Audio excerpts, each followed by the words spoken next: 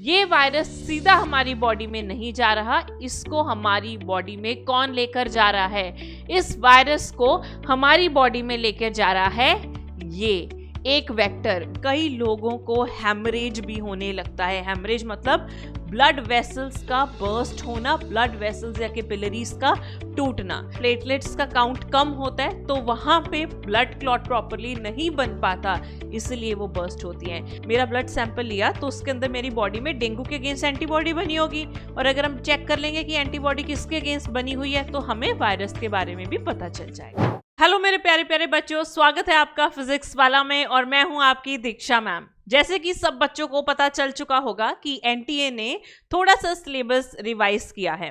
12th class में जो आपका चैप्टर है ह्यूमन हेल्थ एंड डिजीजेस, उसमें उन्होंने 2 नई डिजीजेस ऐड करी हैं जो आजकल बहुत प्रेवलेंट हैं। एक है डेंगी या जिसे डेंगू कहते हैं, और दूसरा चिकनगुनिया। तो बहुत से बच्चे ये सोच रहे होंगे, अरे इनके नोट्स ही नहीं है, इनका कोई मैटर ही नहीं है हमारे पास, कहाँ से पढ़े? तो बेटा आज आपकी इस प्रॉब्लम का सॉल्यूशन हम लेकर आए हैं। तो चलिए शुरू करते हैं हम डेंगी से, जिसको डेंगू भी कहा जाता है। तो let's get started with the dinghy. तो बेटा ये बीमारी बहुत सुनी है, हो सकता है कुछ बच्चों को हुई भी हो, वैसे तो ना हो किसी को, प्रभु सबको ठीक रखे। तो डेंगी या डेंगू कैसे होता है? तो सबसे पहले डेंगू का बेटा कॉमन नेम क्या है? इसे कहते हैं ब्रेक बॉर्न फीवर।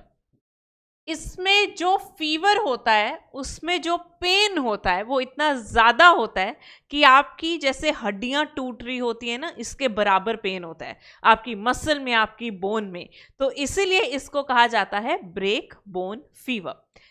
सबसे पहले कौन है जो ये बीमारी करता है? चलो देखते हैं कौन है कॉजेटिव एजेंट, कौन है परेशान कर देने वाला। डेंगी एक वायरल डिजीज है और डेंगू वायरस ये बीमारी करता है। डेंगू वायरस एक आरएनए वायरस है। इसका जीनोम क्या है बेटा? आरएनए। जैसे हमारे में डीएनए होता है, इस वायरस में आरएनए होता है। एक पर्टिकुलर फैमिली होती है वायरसेस की, जैसे आर्बो वायरस एक फैमिली है, उस वायरस को ये डेंगू वायरस बिलोंग करता है। राइट? कौन सी फैमिली को? आर्बो वायरस को। इस आर्बो को अगर स्प्लिट करके देखें, इसका मतलब है आर्थ्रोपोड बॉर्न। आर्थ्रोपोडा सबने पढ़ा होगा बेटा, आर्थ्रोपोडा के बारे में सबने सुना होगा, क्योंकि ये बीमारी में एक आर्थ्रोपोड का बहुत ही महत्वपूर्ण रोल है, इसीलिए इस वायरस का नाम है आर्बो वायरस। तो आप सब ने एक मच्छर का नाम सुना होगा, एडीज। राइट? या मच्छर तो सुना होगा ना, एक मच्छर होता है, जैसे मलेरिया मच्छर के काटने से होता है, वैसे ही बेटा ये वाला वायरस हमारे बॉडी में एक मच्छर के काटने से ही आता है। आप देख पा रहे हो इस वायरस का चित्र ये है। ये वायरस सीधा हमारी बॉडी में नहीं जा रहा, इसको हमारी बॉडी में कौन लेकर जा रहा है? इस वायरस को हमारी बॉडी में लेकर जा रहा है ये एक वेक्टर। वेक्टर्स क्या होते हैं बेटा? Vectors are vehicles that carries pathogen. ये हमारी बॉडी में पैथोजन को इंजेक्ट करते हैं। तो यहाँ पे जो आर्थ्रोपोड इस वायरस को हमारी बॉडी में लेके आ रहा है वो है ये वाला आर्थ्रोपोड, और इस आर्थ्रोपोड का नाम है बेटा एडीज, एडीज एजिप्टाई। होता क्या है कि फीमेल एडीज, कौन बेटा? फीमेल एडीज हमें काटती हैं। अब आप बोलोगे मैम फीमेल एडीज हमें क्यों काटती है, मेल क्यों नहीं काटती? तो वैसे भी औरतें बदनाम है ना, औरतें खून पीती हैं, है ना, तो इनकी भी स्पीशीज में औरतें बदनाम है। राइट? होता क्या है कि जो फीमेल मस्कीटो है वो बाइट करती है, क्योंकि उसका एक कारण है, उसके पास पहली बात तो वो अपरेटस है बाइट करने वाला, मेल मच्छर के पास नहीं होता। उसके पास जो अपरेटस होता है वो प्लांट की सैप को फीड करने के लिए बनाया जाता है। राइट? अब फीमेल को क्यों हमारा खून चाहिए? हमारे खून में बहुत ज़्यादा आयरन और प्रोटीन्स होते हैं। तो ये आयरन और प्रोटीन्स उस मच्छर को चाहिए अंडा बनाने के लिए, बच्चों को डेवलप करने के लिए। अब मेल तो बच्चे नहीं पैदा करते ना, औरतें ही करती हैं यूजुअली, हमारी स्पीशीज में भी ऐसे ही है। तो ये फीमेल हमें क्यों बाइट करती है बेटा? फीमेल बाइट करती है क्योंकि उसको हमारे ब्लड में से आयरन और प्रोटीन चाहिए that are very much essential for the egg development, right. तो फीमेल एडिस इजिप्टाई क्या करती है? ये बाइट करती है, bites human and inject virus अब मान लो ये बेटा एडीज है, अभी लिखेंगे हम सब कुछ इसके बारे में, डोंट वरी, राइट। ये एडीज है, फीमेल एडीज। अब ये एडीज ने एक इंसान को काटा, एक इंसान का खून पिया जिसको ऑलरेडी डेंगू था। अब उस डेंगू से जो बंदा ऑलरेडी जूझ रहा है, उसके बॉडी में, उसके ब्लड में डेंगू का वायरस है। अब एक नॉर्मल मच्छर जब एक डेंगू वाले बंदे को काटेगा तो डेंगू का वायरस उस मच्छर के अंदर चला जाएगा, राइट। अब वो मच्छर क्या हो गया? इन्फेक्टेड। तो जब ये फीमेल एडिस मस्कीटो क्या है बेटा? ये इन्फेक्टेड है। याद रखना, नॉर्मल मच्छर के काटने से आपको कभी भी डेंगू मलेरिया नहीं होता, आपको होता है जब मच्छर खुद इन्फेक्टेड हो, जब उसके अंदर खुद पैथोजन प्रेजेंट हो। तो जब ये इन्फेक्टेड मच्छर हमें काटेगा तो हमारे अंदर वायरस चला जाएगा और हमें भी डेंगू आगे होगा, फाइन। तो ये जो मच्छर है एडीज, आपने सुना होगा, ये ज़्यादातर एक्टिव दिन में होता है। तो दिन में जो मच्छर काटता है यूजुअली कहते हैं उससे डेंगू होता है, जो रात को काटता है उससे मलेरिया होता है, क्योंकि एनोफिलिस का टाइम है रात का और एडिस का एक्टिव टाइम है दिन का। अगलों की अपनी सुलह हुई होगी, मैं दिन में आऊँगा तो रात को आई हो, या शिफ्ट टाइमिंग्स होंगे, राइट। तो एडिस की पहचान ये है बेटा, एडिस में आपको ब्लैक कलर का मच्छर होगा और उस पर व्हाइट कलर की ऐसे स्ट्राइप्स दिखेंगी, व्हाइट कलर के डॉट्स या स्ट्राइप्स दिखेंगी, ये इसकी पहचान है। एनोफिलीज वाला हल्का सा डार्क ब्राउन कलर का होता है और जो एडीज होता है वो ब्लैक कलर का और उसके ऊपर व्हाइट कलर की धारियां सी होती है, ये इसकी पहचान है। तो दिन में देख लेना, दिखा तो वहीं पे ठा कर देना उसको, राइट। तो हमें फीमेल क्यों काटती है बेटा? बिकॉज, क्या रीजन बताया? Because female mosquito needs iron and proteins from human blood। Human blood से आयरन और प्रोटीन चाहिए, essential for egg formation and development, essential for egg formation and development। ठीक है। तो सबसे पहले डेंगू का वायरस क्या है बेटा? डेंगू वायरस एक आरएनए वायरस है। कौन सी फैमिली को बिलोंग करता है? आर्बोवायरस।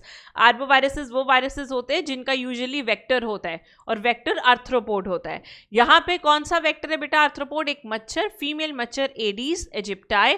और ये मच्छर की खास बात है, इसके ऊपर व्हाइट कलर की धारियाँ होती है। और फीमेल ही क्यों बाइट करती है? क्योंकि उसको प्रोटीन चाहिए, आयरन चाहिए हमारे ब्लड से, जिससे कि वो अच्छे से एग की फॉर्मेशन कर पाए, राइट। तो अब ये साइकिल देखो इधर बेटा, वाइल्ड एडिस थी, वाइल्ड एडिस का मतलब नॉन इन्फेक्टेड, एकदम नई ताजी है ये। यहां पे नॉन इन्फेक्टेड एडिस थी, उसने एक इंसान को काटा, ये इंसान था इन्फेक्टेड पर्सन, इसको ऑलरेडी डेंगू था, ठीक है। अब इसके अंदर ये डेंगू वायरस आ गया, अब इसने नॉर्मल बंदे को काटा, अब ये नॉर्मल बंदे को भी सिम्टम्स आने लग गए, इसको भी डेंगू हो गया। तो कहते हैं 2 दिन बाद आपको ज़्यादा सिवियर सिम्टम्स आने लगते हैं, राइट। तो एक कहते हैं ना कि वायरस को भी तो मल्टीप्लाई होना है, उसका भी एक डेवलपमेंटल पीरियड होता है, तो उसके बाद वो अपने एकदम से दिखाना शुरू कर देता है, फाइन। तो अब देखते हैं कि बेटा डेंगू के सिम्टम्स क्या क्या होते हैं। Let's talk about symptom. सबसे पहले इसका कॉमन नेम जान लो, कॉमन नेम है ब्रेक बोन फीवर। तो सबसे पहला सिम्टम बेटा यही हो गया कि आपको बहुत तेज बुखार होगा। 102 तो आम होता है, 103, 104 यहाँ तक भी पहुँच जाता है। तो अगर बहुत ज़्यादा फीवर है तो समझ लो कुछ ना कुछ ऐसा ही है। इसके अलावा बॉडी पे रैशेस होने लगेंगे आपको, ये 2 सबसे कॉमन सिम्टम्स है आपके डेंगू के। आपकी मसल पेन और बोन्स में और जॉइंट्स में पेन होगी। यस, मसल में पेन, जॉइंट्स में पेन, हड्डियों में पेन। आपको लगेगा जैसे आपकी हड्डियां टूट रही हैं, राइट। इसके अलावा आपको बहुत तेज सर दर्द होगा, ऐसे लगेगा सर फटने वाला है। इसके अलावा आपको अपनी आंखें भारी लगेंगी और आंखों में भी बहुत पेन होगा। सो pain in the eye ball, ऐसे लगेगा कि आंख बहुत भारी हो गई है और बहुत ज्यादा तेज का दर्द है। आपको नोजिया भी हो सकता है, आपको वॉमिट भी आ सकती है। नोजिया वॉमिटिंग में क्या फर्क होता है? नोजिया में जी कच्चा होना, वॉमिटिंग में वॉमिट आना। और एक सबसे इंपॉर्टेंट, स्वोलन लिम्फ नोड्स या ग्लैंड्स, स्वोलन लिम्फ नोड्स या टॉन्सिल्स। ये एकदम से टॉन्सिल्स आपके स्वेल हो जाएंगे, यहाँ पे एकदम स्वोलन हो जाएंगे। और एक और सिम्टम होता है कि आपकी पूरी बॉडी में ड्राइनेस बहुत आने लगेगी, राइट। एकदम इतना ज़्यादा कईयों की ड्राइनेस हो जाती है कि पूरे सिर में ऐसे ड्राई हो जाता है। फाइन, ये एक नॉर्मल डेंगू के बेटा सिम्टम्स हैं जो आपको आते हैं। आई में pain, fever, headache, nausea, vomiting, rash, joint pain, bone pain and muscle pain. तो आपने सुना होगा कि जिनको डेंगू होता है उनका ब्लड टेस्ट कराते हैं और पता चलता है कि प्लेटलेट काउंट कम हो गया है ना।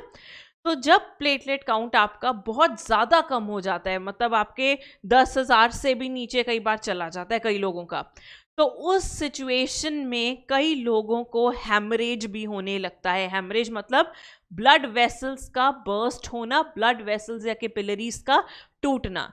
तो ऐसे केस में हम कहते हैं कि नॉर्मल क्लासिकल डेंगू से सिचुएशन हेमोरैजिक डेंगू तक पहुंच चुकी है कि अब अंदर ब्लीडिंग होने लगी है।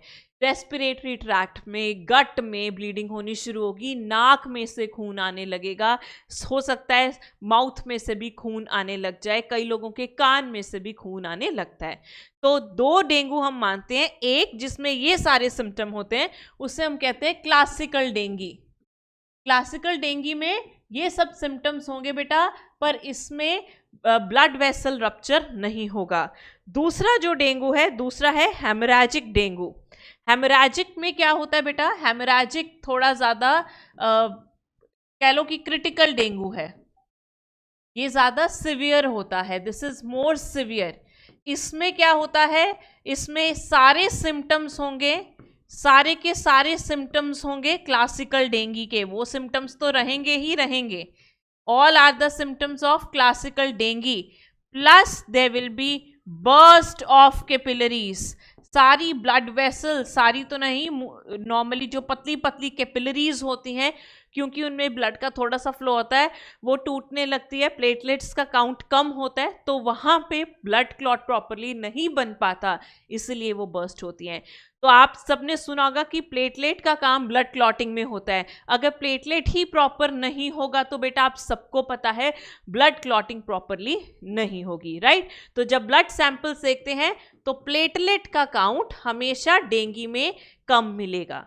अगर किसी का प्लेटलेट काउंट बहुत ज़्यादा ड्रॉप हो गया तो हो सकता है कि उसको डेंगू हो। ओके, तो ये थे बेटा सिम्टम क्लासिकल डेंगू के और हेमोरैजिक के। अब डायग्नोसिस देखते हैं।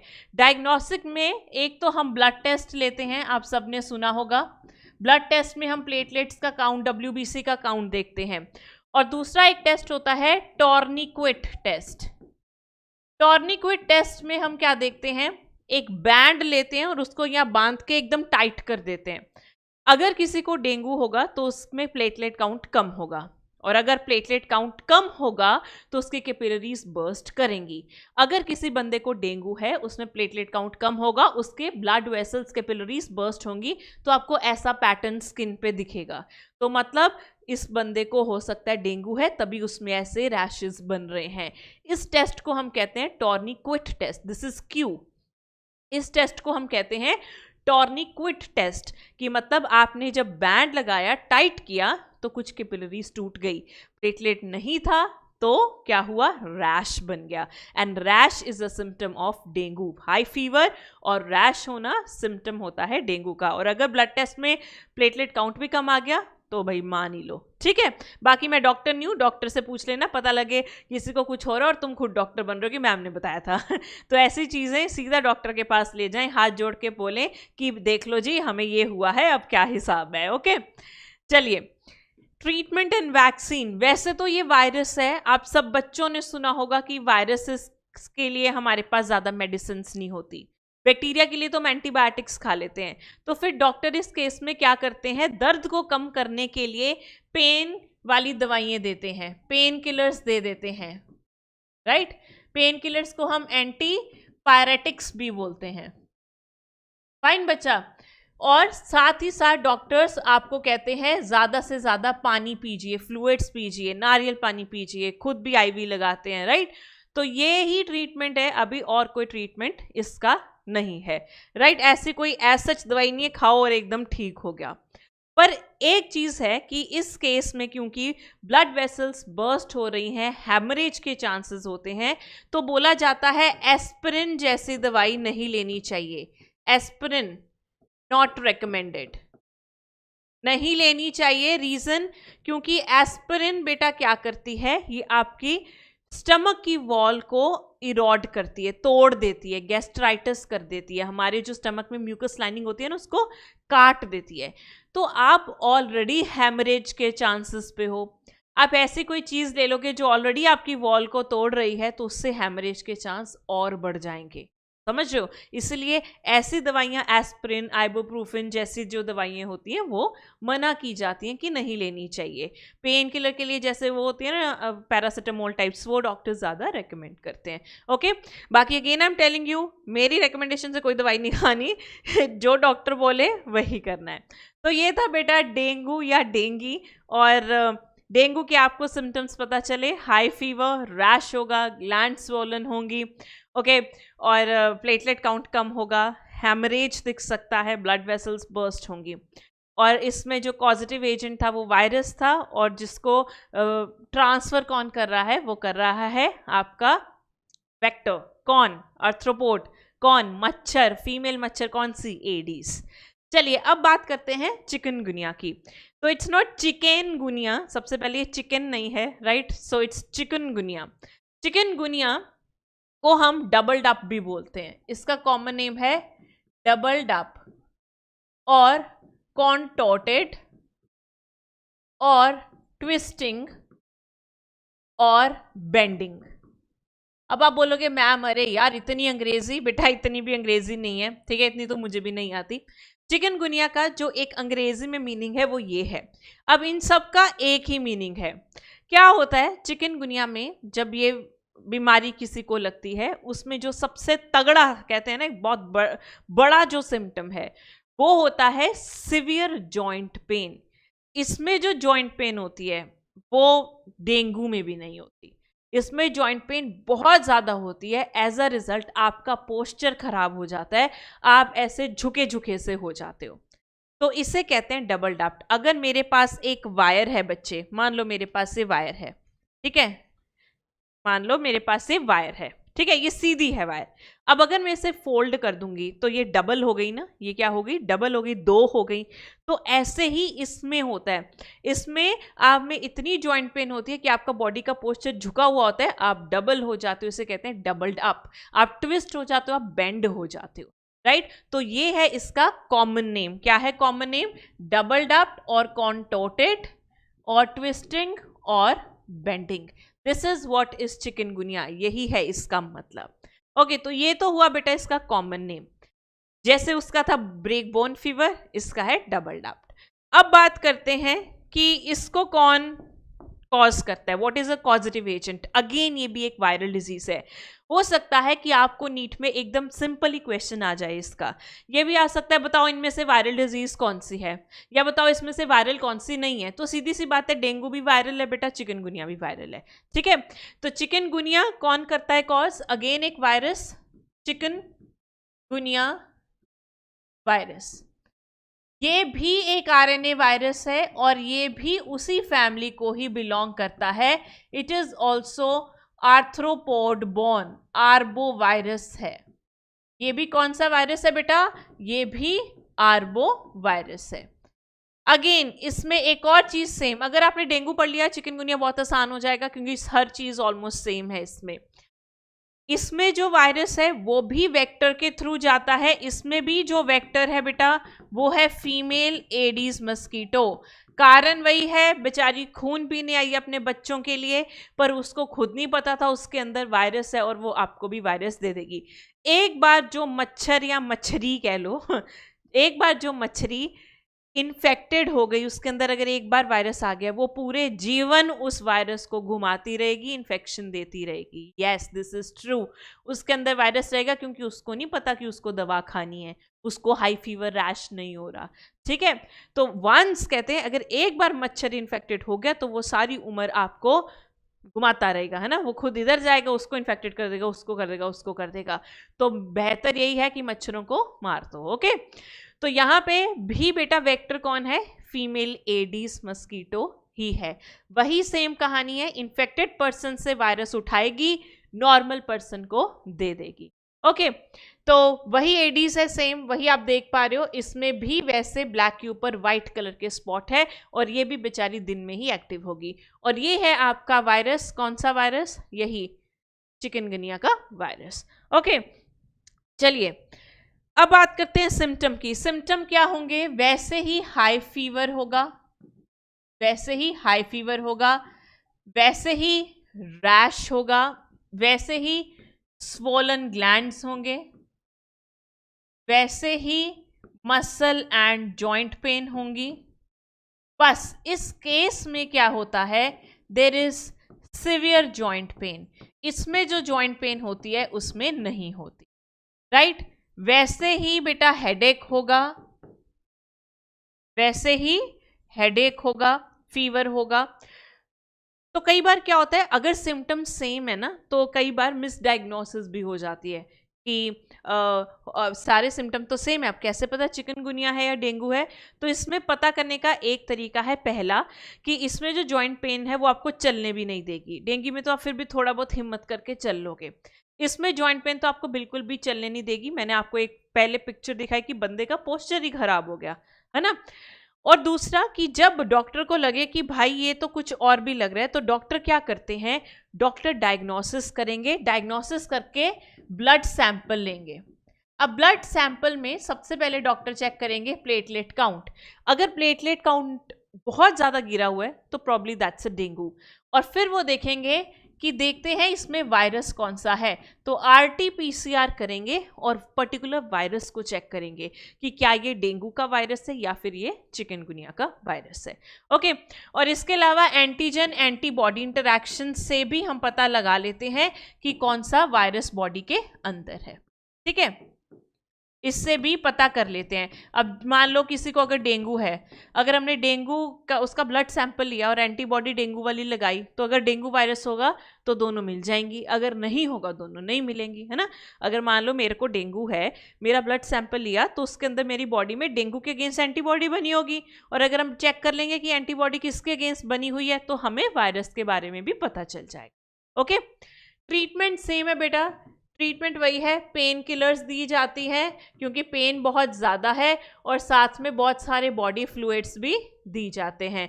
वही वायरस है, इलाज तो ज़्यादा है नहीं है। ओके, तो ये था बेटा इसका ट्रीटमेंट। अब बात करते हैं कि इन दोनों बीमारियों को कैसे प्रिवेंट किया जा सकता है, कैसे इनका कंट्रोल किया जा सकता है। आपने सुना होगा जब भी बारिश का सीजन आता है या फिर डेंगू का आउटब्रेक आता है ना, वैसे भी मच्छर देखो किस एरिया में ज़्यादा होते हैं, मच्छर उस एरिया में ज़्यादा होते हैं जहाँ गर्मी ज़्यादा होती है, उन कंट्रीज़ में ज़्यादा होते हैं। जहाँ बहुत ठंड होती है वहाँ मच्छर जाके क्या करेगा, है ना, वो तो कपड़े भी नहीं पहन सकता जोक्स अपार्ट। तो हमारे वाले जो क्लाइमेटिक कंडीशंस है उसमें मच्छर ज़्यादा अच्छे से ग्रो करते हैं। तो आपने सुना होगा म्यूनिसिपल कॉरपोरेशन अपनी एडवाइजरीज देते हैं कुछ टाइम पे, खासकर बारिश के सीज़न में, कि पानी मत कहीं पर स्टेगनेंट होने दो। अगर कूलर है घर में, एयर कूलर, उसमें पानी अगर काफ़ी टाइम से पड़ा है तो उनको साफ कर लो। ऐसे क्यों कहते हैं, क्योंकि जहाँ पानी खड़ा हो जाता है काफ़ी टाइम तक, वो एक ब्रीडिंग हाउस बन जाता है मच्छरों का। मच्छर वहाँ पे बहुत ज़्यादा ब्रीडिंग करते हैं, अपना परिवार बढ़ाने लगते हैं। तो उनका परिवार बढ़ाने मत दो, वरना आपके परिवार को परेशानी होगी, आपके परिवार को वो काटेंगे और आपको मलेरिया, डेंगू, चिकनगुनिया जैसी बीमारियां दे जाएंगे, है ना। तो इसलिए घर पे कहीं पर भी पानी को ज़्यादा टाइम तक स्टेगनेंट ना होने दो। सो डू नॉट अलाउ, पहला प्रिवेंशन है do not allow water to stagnant. Okay, अगर कोई बहुत ज़्यादा बड़ी वाटर बॉडी है तो वहाँ पे कैरोसिन ऑयल बिछा दो, इंसेक्टिसाइड स्प्रे कर दो, या वहाँ पे कुछ मछलियाँ होती हैं ना इंसेक्टिसाइडल, जैसे गेम्बूसिया फिश या फिर ड्रैगन फ्लाइज होती हैं, वो भी मच्छर खाती हैं, उनको भेज दो कि भाई हमारा थोड़ा काम कराओ, राइट। तो हम क्या कर सकते हैं, इन लार्ज वाटर बॉडीज, अगर बहुत ज़्यादा बड़ी वाटर बॉडी है, आप उनका कुछ नहीं कर सकते, तो क्या करो, स्प्रे इंसेक्टिसाइड, इंसेक्टिसाइड्स को स्प्रे करो, उनके around spill the kerosene oil, उस पानी में कैरोसिन ऑयल को स्पिल कर दो। और क्या कर सकते हो, मछली, गैम्बूसिया फिश और ड्रैगन फ्लाइज को भेज दो। ये दोनों ही क्या होते हैं, ये इंसेक्टिसिडल होते हैं, मतलब ये इंसेक्टिसाइड्स, इंसेक्ट्स को खाते हैं, राइट। तो इनको टेस्टी लगते हैं ये, फाइन बेटा। अब कैरोसिन ऑयल क्यों करते हैं, क्योंकि क्या होता है, जो लार्वा होते हैं ना, वो पानी की सतह पे होते हैं, ऐसे ऊपर, उनका आधा मुंह ऊपर होता है, बॉडी नीचे होती है, ऊपर से ऑक्सीजन ले रहे होते हैं। अगर आप ऊपर ऑयल बिछा दोगे तो उनका ऑक्सीजन सप्लाई खत्म हो जाएगा और लार्वा मर जाएंगे। इसके अलावा आप क्या कर सकते हो, अगर बाहर जा रहे हो तो आप फुल क्लोथ्स में जाओ। वैसे तो देखो इट्स योर चॉइस, कपड़े पहनना आपकी चॉइस है, जो मर्जी पहनो, पर जब आपको पता है डेंगू का आउटब्रेक है तो फुल स्लीव वाले कपड़े पहन के जाओ। एंड यूज मस्कीटो रेपेलेंट, मच्छर को मारने वाले केमिकल्स को यूज करो, राइट। आजकल तो रोल ऑन भी आते हैं, कपड़ों पे लगा लो तो उससे मच्छर नहीं आते। या फिर घर पे क्या करो, घर पे तुम क्या कर सकते हो, अपने घर को कैसे बचा सकते हो, क्लोज द डोर्स, दरवाजे ज़्यादा बंद रखो, विंडोज पे जाली लगाओ, विंडो स्क्रीन यूज करो, राइट। और वेपराइजर्स यूज कर सकते हो, आते हैं ना वो मशीन्स आती हैं बेटा छोटी मोटी, जिनमें वो लगी होते हैं कॉयल, है ना, ऐसी मशीन को यूज़ कर सकते हो आप, ऐसी मशीनों को, राइट। एडवर्टाइज नहीं कर रही हूँ किसी ब्रांड को फाइन। तो वेपराइजर्स वगैरह यूज़ कर सकते हो, एयर कंडीशनर्स यूज़ कर सकते हो अगर आपके पास है तो उससे मच्छरों का थोड़ा प्रकोप कम हो जाता है। तो अगर आप इन चीज़ों को यूज़ करोगे, मच्छर कम आएंगे, काटेंगे कम, और ये बीमारी नहीं होगी। तो डेंगू और चिकनगुनिया दोनों का मच्छर सेम है, ठीक है, दोनों ही वायरल है, पर इनमें डिफरेंस क्या है, डेंगू में प्लेटलेट कम होता है, चिकनगुनिया में सबसे ज़्यादा जॉइंट पेन होती है। तो चलो लिखते हैं इनको, what are the same features, दोनों में फीचर्स सेम क्या है बेटा, दोनों के सेम फीचर्स हैं, दोनों ही वायरल हैं, दोनों में ही आपको हाई फीवर होगा, राइट, दोनों में ही फीवर हाई होगा, दोनों ही बीमारियां क्या है, वायरल है, दोनों के वेक्टर सेम है एडीज। और डिफरेंस क्या होगा बेटा, दोनों में डिफरेंस क्या होगा, जो डेंगी है, डेंगी में ज़्यादातर प्लेटलेट काउंट कम होता है, और जो चिकनगुनिया है उसमें आपका पोस्चर खराब हो जाता है, because there is severe joint pain, right, इसीलिए इसका नाम डबल डप है, सिवियर जॉइंट पेन। तो ये था बेटा डेंगू चिकनगुनिया के लिए। एंड प्लीज़ इसके अच्छे से नोट्स बनाना, अपनी कॉपी में अटैच कर लेना, अगर आपके पास ऑलरेडी नोट्स हैं ह्यूमन हेल्थ के, अगर आप पढ़ने वाले हैं तो उसमें उसको ऐड कर लेना, और नहीं तो उसको अच्छे से याद कर लेना, राइट। और आप ऐसी इन्फॉर्मेशन बाहर भी लोगों को बता सकते हो, ऐसा नहीं कि आपने नीट करना है तभी आपको ये इन्फॉर्मेशन चाहिए, ये तो एक बेसिक लाइफस्टाइल है, बेसिक लाइफ की इन्फॉर्मेशन है। और सबको बताइए, डेंगू से वैसे भी WHO के अकॉर्डिंग आधी पॉपुलेशन दुनिया की डेंगू के रिस्क पे है, एंड अराउंड 400 मिलियन तक लोग जो हैं वो हर साल डेंगू से पीड़ित होते हैं। So why not to spread the information and save a lot of people, right? So ये था डेंगू और चिकनगुनिया, और हम मिलेंगे और डिफरेंट वीडियोस के साथ। तब तक के लिए स्टे ट्यून्ड, पढ़ते रहो, all the best for your NEET, bye bye.